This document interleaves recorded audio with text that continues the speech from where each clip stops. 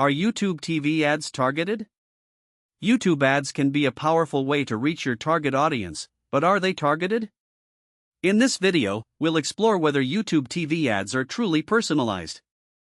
So, how do YouTube's ad targeting algorithms work? They use complex data analysis to understand your viewing habits and preferences. By tracking what you watch on YouTube, advertisers can create ads that resonate with you. But is it really that simple? To answer this question, let's dive into the world of YouTube analytics. Advertisers can access tools like Google Analytics and TubeBuddy to see which ads are performing well for them. This information helps them refine their targeting strategies.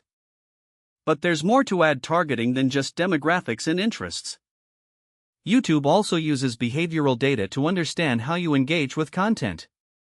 For example, if you watch a lot of cooking videos, an advertiser might want to target you with ads for kitchen appliances.